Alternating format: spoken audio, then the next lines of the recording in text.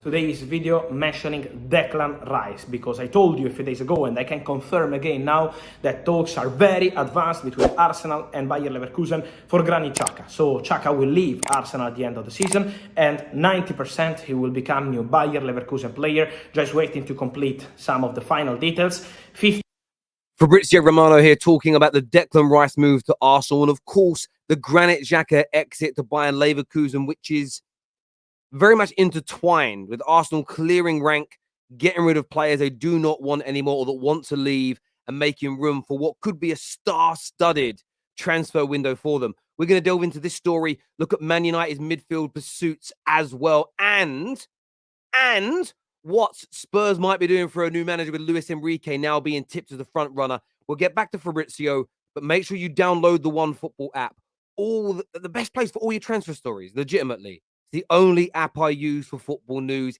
It is the best.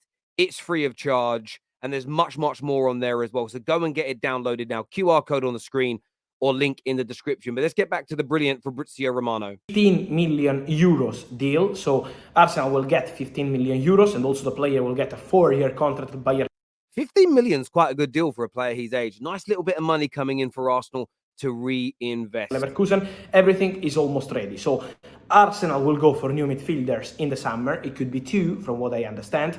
And Declan Rice remains the top target. As I told you the other day, he remains top of the list at Arsenal. Since January is a name that they discussed internally, we can say now that Arsenal are now preparing and thinking of the first bid for Declan Rice. This is not submitted yet, but they are preparing that bid internally. It means that they are waiting to understand how much West Ham want in order to submit the first proposal. They will also respect West Ham as they are busy with European football. And that's very key there from Fabrizio. The reason that Arsenal have not bid yet, they want to get this deal done quickly, but West Ham are not going to entertain too much of a distraction away from one of their first final. I think maybe their first final in about 40 years. They haven't won a trophy since the early 80s. That is going to be the focus of Rice. That is going to be the focus of West Ham. So Arsenal are here being respectful of West Ham United, because if you're not, you can create a problem. You can create a problem if you're trying to upset the apple cart ahead of one of the most historic days in the last half century for West Ham United after they made that final yesterday after beating AZ Alkmaar. So Arsenal fans are going to have to be patient in the build-up to this transfer, although they are front runners. Right after the Conference League, they will be able to negotiate with West Ham, but the idea is in June to submit an official proposal for Declan Rice. So they are now discussing about the structure of the bid. It will probably include some add-ons. So Arsenal are discussing about that internally, and then they will submit that proposal in June, probably, for Declan Rice, knowing that the player would be open to the move. So this... I think what Fabrizio has said there about being open to the move, and OneFootball are also reporting on this as well, that they're planning to make this first bid. This very rarely happens unless personal terms of, and it depends on the semantics here. Have they been agreed? Are they agreed in principle?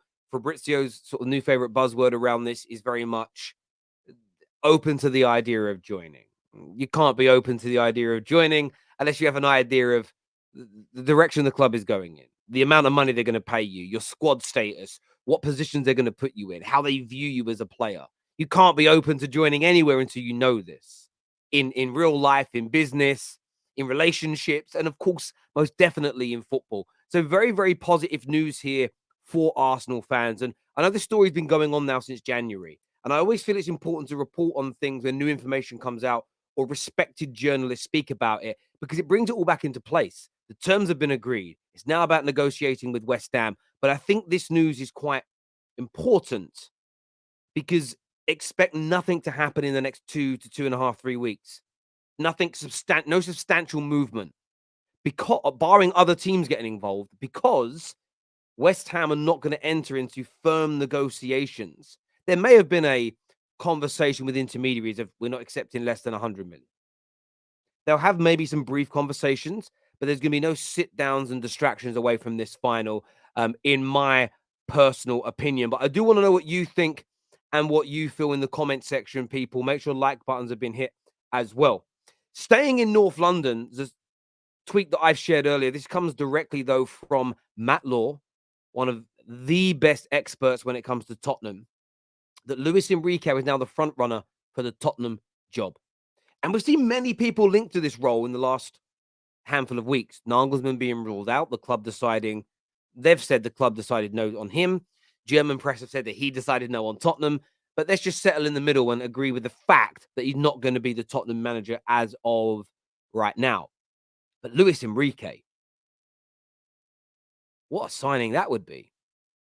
Legitimately, what a signing Luis Enrique would be for Tottenham. What an appointment. What a top-class manager. Genuinely, what a top-class manager they could be about to employ. Now, I've really criticized Tottenham this year, and I stand by the criticism that I've put in place because it was right. It was correct. It's everything that the things that they have been criticized for this year, they should have been. They didn't back Antonio Conte in the right way. They stuck with him for too long. They should have moved him on sooner. They bought again in January players that he didn't particularly want. They ruined their season, which is why I did play it down, and I wasn't being disrespectful to Tottenham as a whole. I was just calling the situation as I personally saw it. But I'll be just as honest about this. Luis Enrique is amazing. He's amazing. I think he's a top-class manager.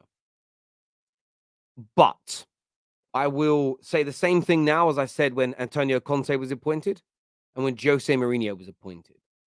If Daniel Levy and whoever the new director of football is going to be at Tottenham, whomever they are, if they do not give this manager what he wants, if they sign players that are completely against his philosophy of football, don't fit with the type of individual he wants in his dressing rooms, it will fail again. If you actually look at this, Tottenham, Jose Conte, followed by Luis Enrique. That's elite level recruitment in terms of the CV, profile, caliber of the said manager. So you can almost argue, based on what Spurs achieve in football, those managers, they're punching above their weight, bringing those type of managers in, punching well above their weight, hugely. But that's something for Spurs fans to celebrate. They've got good pull. Managers want to come and manage at Tottenham Hotspur. But you've got to give them what they want. You've got to allow them to build. You've got to spend. It isn't just about spending big money. It's about buying the right individuals whose footballing ability, their attributes, and their ethos on the game matches the managers. This is why City are so successful. It's why Barcelona and Real Madrid are consistently so successful. Because they know that they wouldn't hire somebody who doesn't have the ability to get the best out of the bunch of players they have, out of the squad that they've got, and vice versa. There has to be synergy. You're never going to get a complete perfect match when you change managers, but there needs to be some. And now Luis Enrique is a completely different style of manager to that of a Conte. So you're going to have to give it time to embed his philosophies, his style of football, a number of transfer windows to buy his people, if you're ever going to compete for the major honours. So the fans have got to be patient, but you have to see progression at the same time. And I will say this, Luis Enrique genuinely could be a better appointment than Mauricio Pochettino to Chelsea because he's fundamentally a better manager.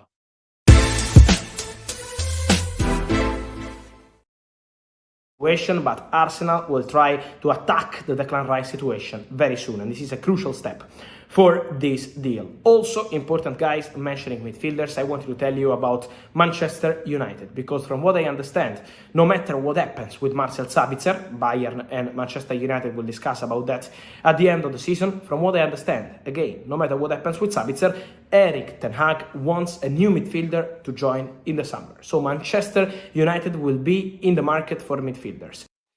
Excellent update there again by Fabrizio. Another article as well that was well worth reading on the One Football app today was Rene Mullenstein outlining Man United's recruitment needs. And there's so much talk about strikers, new goalkeepers.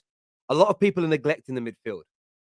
Casemiro has improved the Man United midfield exponentially this year, no doubt. Christian Eriksen has done a good job in the middle, but Man United need a brilliant job. Frankie de Jong's, Marco Verratti may be able to leave, and of course Caicedo. Caicedo is a player that I would love to see at Manchester United. Declan Rice is a personal favourite, but I believe he's going Arsenal right now, so I'm not as a fan of Man United going to get my hopes up. I can't do that to myself because there's too much pending disappointment if I do so. But a new midfielder is also key, and Man United fans have got to push for this. Ten Hag is pushing for this. That's an area that we need to recruit massively. I think that Eric Ten Hag done a good job with the midfield he had this year, but there needs to be a fundamental, huge step forward this year in terms of improving the engine room and our ability to hold the ball and maintain possession. We see the club are linked with Kim Min-jae at the back, another progressive ball-playing centre-back. You need to add that quality into the midfield. Yes, we want a goalkeeper. We'll see what happens in that area. There's links to a number. But if you suddenly add that goalie, that midfielder, that centre-back that can play out from the back, that are better at retaining possession, Man United's football will morph quicker into Eric Ten Hag's overarching ideology, which is possession-based football, dominating the ball, being the aggressor far more regularly in games. And over the course of time, we want to build up a style of football, which means we can take it to our rivals, especially at home, in those big games. This year, a lot of counter-attack, which we knew we had to do. And I don't mind that in particular games. But when you're at home against the majority of the fellow top six, you want to be the aggressor in those games. And bolstering the midfield, ball players, press-resistant players is going to be very, very key for Manchester United. But as ever, I want your opinions. They matter far more than mine. They always have. They always will. You are the lifeblood of the football terrace. Although I will challenge some of your opinions as well. And keep it sensible in the comments, because some people do write some madness. They really do. And just for everybody that's got to the end today, let me know what you're doing this weekend. Outside of watching football, I want to know what you're doing this weekend. Let me know in the comments section below what fun you're up to.